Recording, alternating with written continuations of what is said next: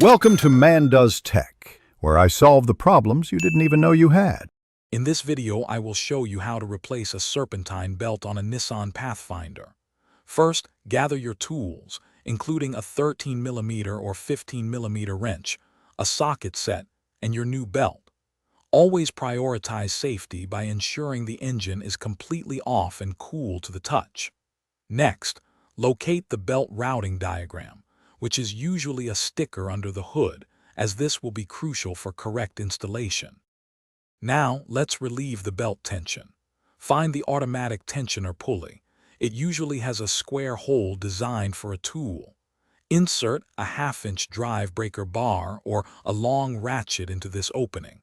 Gently rotate the tensioner to release the tension on the belt.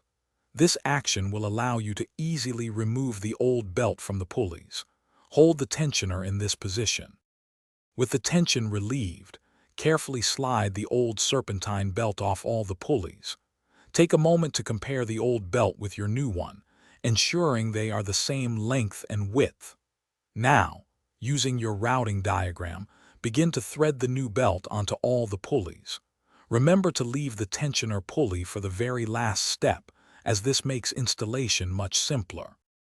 Finally, slowly release the tensioner, allowing it to apply the correct tension to your new belt.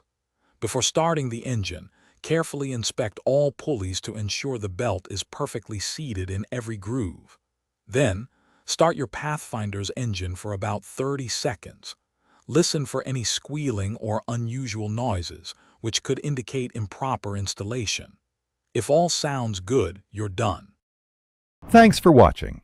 If you found this helpful, don't forget to like and subscribe.